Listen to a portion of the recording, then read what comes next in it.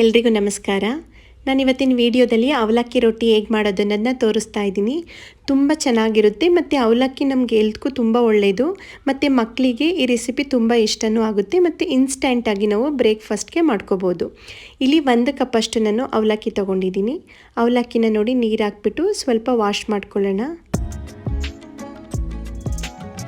ಈ ರೀತಿ ವಾಶ್ ಆದಮೇಲೆ ನೀರು ಎಕ್ಸ್ಟ್ರಾ ಸೋಸ್ಕೊಂಡು ಮತ್ತೆ ನೀರು ಹಾಕ್ಬಿಟ್ಟು ನೆನೆಸಿಡೋಣ. ಒಂದು 15 ಮಿನಿಟ್ಸು ಅವಲಕ್ಕಿ ನೆಂದರೆ ಸಾಕು. ನೋಡಿ 15 ಮಿನಿಟ್ಸ್ ಆದಮೇಲೆ ಅವಲಕ್ಕಿ ಎಲ್ಲ ಚೆನ್ನಾಗಿ ನೆಂದಿದೆ. ಈಗ ಈ ಅವಲಕ್ಕಿನ ಸ್ಮ್ಯಾಶ್ ಮಾಡ್ಕೊಳ್ಳೋಣ.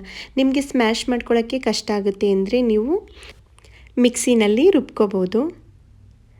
ನಾನು ಹಾಗೆ 1 ಸ್ಪೂನ್ ಸಹಾಯದಿಂದ ಸ್ಮ್ಯಾಶ್ ಮಾಡ್ಕೊಳ್ತಾ ಇದ್ದೀನಿ. ನೋಡಿ ಈಗ ಸ್ಮ್ಯಾಶ್ ಮಾಡಿ ಆಗಿದೆ.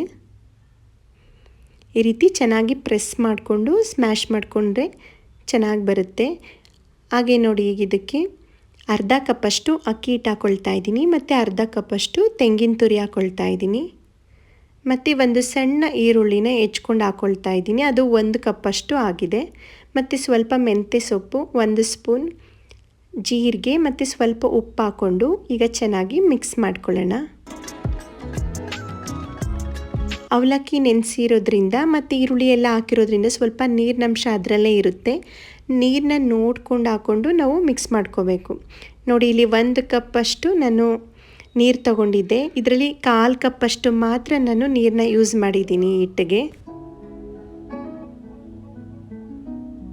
ನೋಡಿ ಈಗ ಎಲ್ಲ ಚೆನ್ನಾಗಿ ಮಿಕ್ಸ್ ಮಾಡ್ಕೊಂಡಾಗಿದೆ.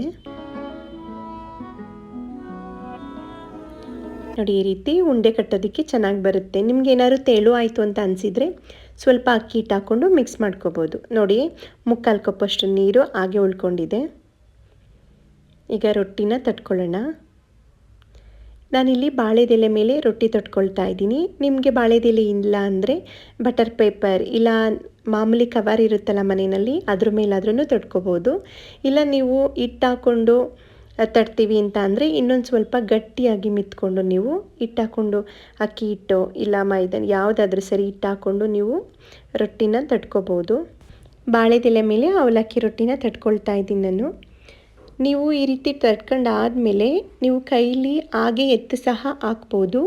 ಇಲ್ಲ ಆಗ್ತಾ ಇಲ್ಲ ಎಲ್ಲ ಕಿತ್ತೋಗ್ತಾ ಇದೆ ಅಂದರೆ ನೀವು ಬಾಳೆದೆಲೆನ ಹೆಂಚು ಮೇಲೆ ಹಾಗೆ ಹಾಕಿದರೆ ನೀಟಾಗಿ ರೊಟ್ಟಿ ಬರುತ್ತೆ. ನೋಡಿ ತೋರಿಸ್ತಾ ಇದ್ದೀನಿ. ಈ ರೀತಿ ಕೈ ಮೇಲೆ ತೊಗೊಂಡಾದರೂ ನೀವು ಕಾದಿರೋ ಹೆಂಚು ಮೇಲೆ ರೊಟ್ಟಿ ಹಾಕ್ಬೋದು. ಇಲ್ಲ ಬಾಳೆದೆಲೆನ ತವೆ ಮೇಲೆ ಹಾಕಿ ಈ ರೀತಿ ನೋಡಿ ನೀಟಾಗಿ ಎತ್ಕೋಬೋದು. ಈಗ 2 ಕಡೆನೂ ರೊಟ್ಟಿ ಚೆನ್ನಾಗಿ ಬೇಯಿಸ್ಕೊಳ್ಳೋಣ. ನೋಡಿ ಅವಲಕ್ಕಿ ರೊಟ್ಟಿ ರೆಡಿಯಾಗಿದೆ. ಮಕ್ಕಳಿಗಂತೂ ತುಂಬಾ ಇಷ್ಟ ಆಗುತ್ತೆ ಮತ್ತು ನಾವು ಲಂಚ್ ಬಾಕ್ಸ್ಗೆ ಕೊಡೋದಕ್ಕೆ ಮಕ್ಕಳಿಗೆ ತುಂಬ ಚೆನ್ನಾಗಿರುತ್ತೆ. ಅವಲಕ್ಕಿ ರೊಟ್ಟಿ ಜೊತೆ ಈ ಟೊಮೊಟೊ ಚಟ್ನಿ ಕಾಂಬಿನೇಷನ್ ತುಂಬಾ ಚೆನ್ನಾಗಿರುತ್ತೆ. ನೆಕ್ಸ್ಟ್ ವಿಡಿಯೋದಲ್ಲಿ ನಾನು ಟೊಮೊಟೊ ಚಟ್ನಿ ಹೇಗೆ ಮಾಡೋದು ಅನ್ನೋದನ್ನ ತೋರಿಸ್ತೀನಿ.